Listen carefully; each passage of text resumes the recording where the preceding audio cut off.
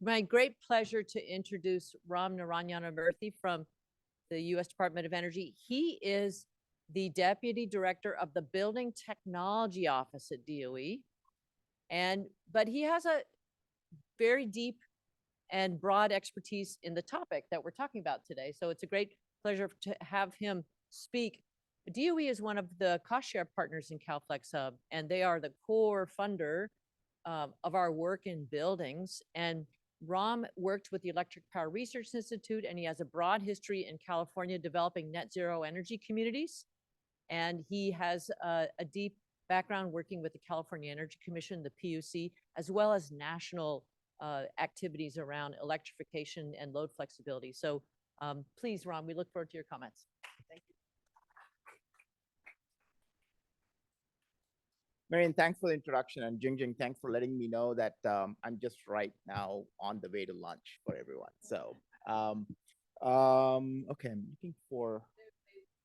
Oh, okay, okay. I know we have very little time. I just want to give a quick overview of the approach at DOE. Again, my apologies for not being able to come back at 1 o'clock, but I will be around after that if you have questions, and we can address that. Next slide, please. So this is part of what we've been working on at DOE, like looking at the overall building sector. We know that we have goals to achieve net zero by 2050. That means that we have to do a bunch of things, very important things, and we have to address them fast and at scale. So 4 of our primary goals: we keep driving energy efficiency. We want to reduce energy use intensity by 45% by 2050 in our current building stock. Energy efficiency is very important because it essentially is a protection against more investments that translate to higher rates, right? So we have to keep doing that. We have to accelerate on-site emissions reductions. So a lot of the work that's going on right now, things like programs like the tech program, they're all part of getting there, right? We know that we have to. It's a curve. We have to hit a hockey stick. It's going to start slow. If we can get on-site GHG emissions reduced by 25% by 2035, and hopefully by 75% by 2050, that'd be great. We have to transform the grid edge of buildings. And for us, when we think about demand flexibility, it's not just what we do for the bulk markets. As we go through this decarbonization journey, the grid edge, what I like to call the transformer to plug, that's really where the action is. We have to, a lot of the investments that we'll have to make as we electrify buildings and transportation, that's going to happen right at the grid edge. And what can we do to make that right size the grid at the grid edge? And then finally, looking at embodied carbon. We have to do all of this while prioritizing equity, affordability, and resilience. Whether it's fire resilience, whether it's making sure that our rates are affordable. Decarbonizing at 35-cent electricity rates is hard. So figuring out how to do that is going to be important. Next slide, please. So we look at buildings as being central to a lot of different areas. Buildings are where we live, where we learn, where we shop. And so making sure that buildings are healthy, efficient, and resilient, while making sure that we are limiting the scale of required electricity infrastructure. We have a lot of work going on, even with LBL, around understanding what is the impact, what is the size of the electricity infrastructure that we need in the future, and how do we right size it. And then working on the integration, EVs, solar, batteries, and use devices, and reducing on-site combustion. Next slide, please. So one of the big initiatives that we just announced about 3 weeks ago in Chicago with the secretary is what we call the Buildings Earthshot. It's the Affordable Homes Earthshot. We believe that if we can reduce the cost of decarbonizing affordable housing by 50%, the first cost, while reducing the bills by 20%, then we end up with a portfolio of technologies that we can scale and take to different parts of the building sector, whether it's small commercial, whether it's single family residential. But this is a huge challenge for those of you who've been out in the field, and I know a few of you have been there.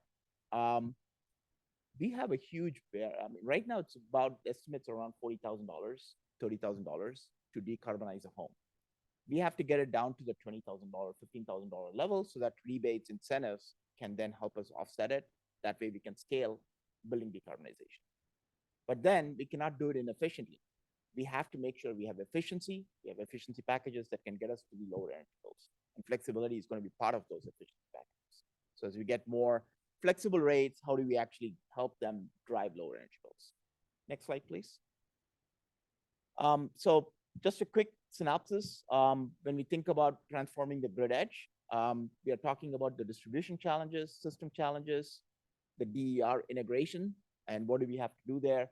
And then looking at valuation and incentives. Part of looking at new rate structures is that whole incentive piece, and then the valuation looking at cost reflective rates. How do we actually get our rates to reflect the costs on the grid? So that's all efforts that are ongoing. It's a whole spectrum of efforts, all the way from rate analysis to DER integration. And so I'll just touch on a couple of these initiatives as we go through. Next slide, please. So one example that I want to highlight is what we call the easy price. It's I like the acronym. It's the Efficient Affordable Solutions for Electrification Price.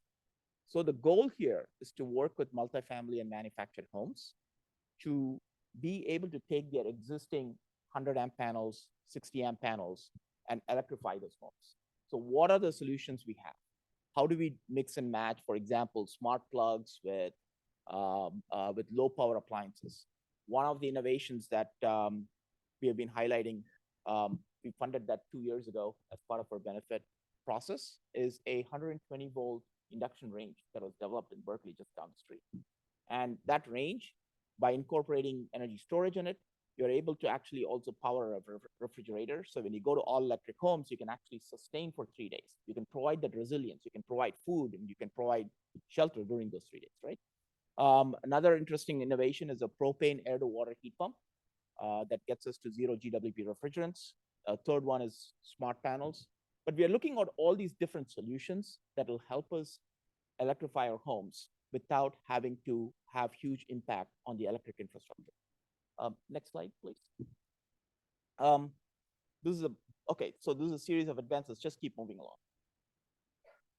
So one of our main flagship efforts is connected communities.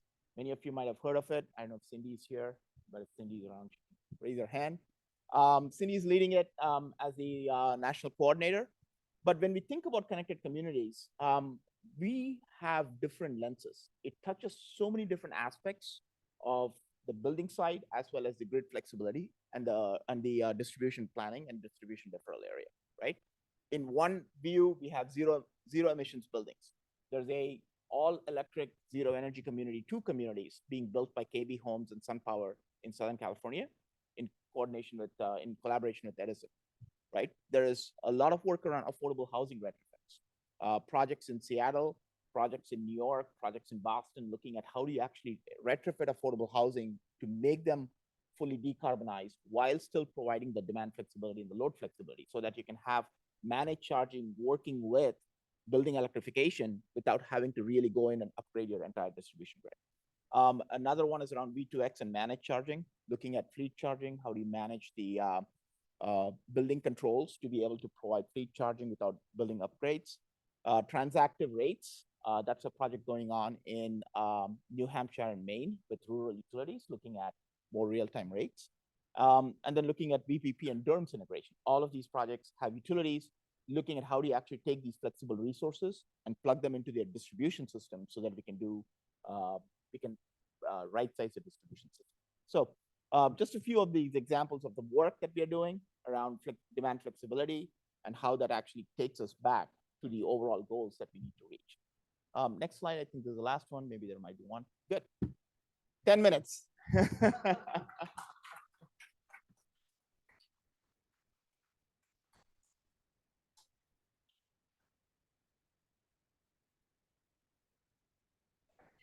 Perfect.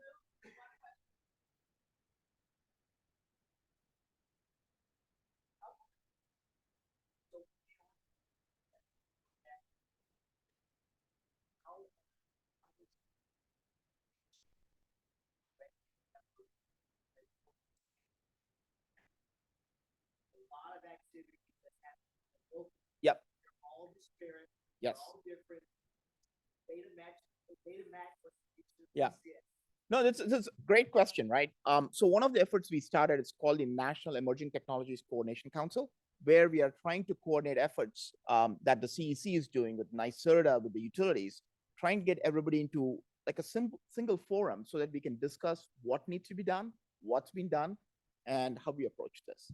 So it's a huge effort, right? I'm not saying it's a silver bullet that's going to solve this, but we are trying to do that, right? And we are also working with we are trying to do more work with PUCs on education, with the state energy offices on education, so we can do more state level work too. So, good. And with that, I'll just give a shout out to Jerry, because when we started Connected Communities, right? I think the first one we did was actually in 2014 down in Fontana. That one still lives.